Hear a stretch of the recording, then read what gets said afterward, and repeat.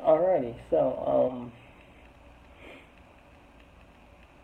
I'm gonna try to explain the ineffable, and these two, I think, decent, probably great films, and their approach of the ineffable. The ineffable is something that's sort of difficult to approach. It's something that's sort of difficult to describe, and I guess sort of play with.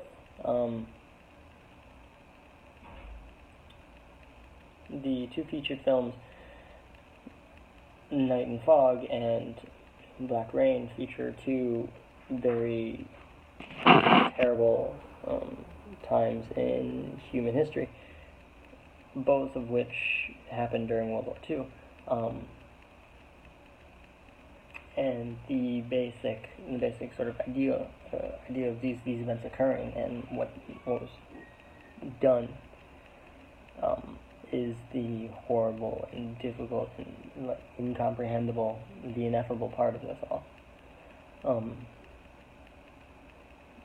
In Alan All's Night and Fog, you get these contrasting black and white, or these black and white images of active concentration camps, contrasting with in color at the time of making images of the concentration camps. So you get these black and white images of the Nazi soldiers pushing the Jews through the camp and registering them, etc., etc., etc., and then you get these in color images of this torn down, broken concentration camp that's fallen out of use. It's fallen off the sort of livable scale, and it's these compare and contrasts with these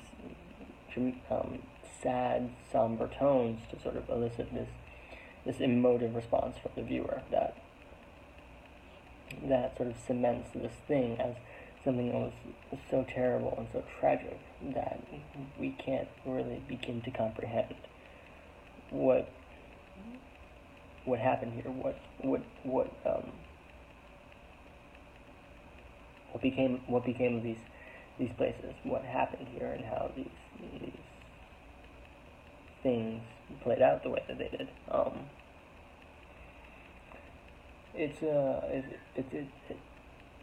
It's a pretty solid film, and well worth anyone's time to watch, really.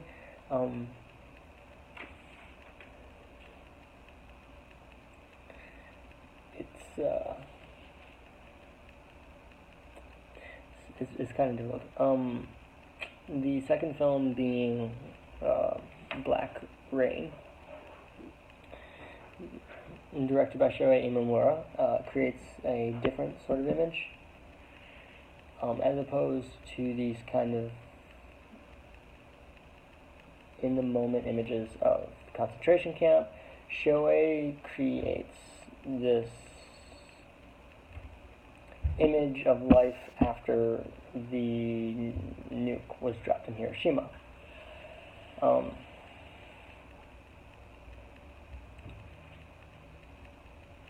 You follow several people's lives in living with radiation problems after the nuclear bomb hit, and it sort of approaches the ineffable in a different way, less of a in the moment thing, and sort of more of a question of how we ruin so many people's actual lives that they then had to continue living out, and how we sort of played this large detrimental role in Japanese society and culture.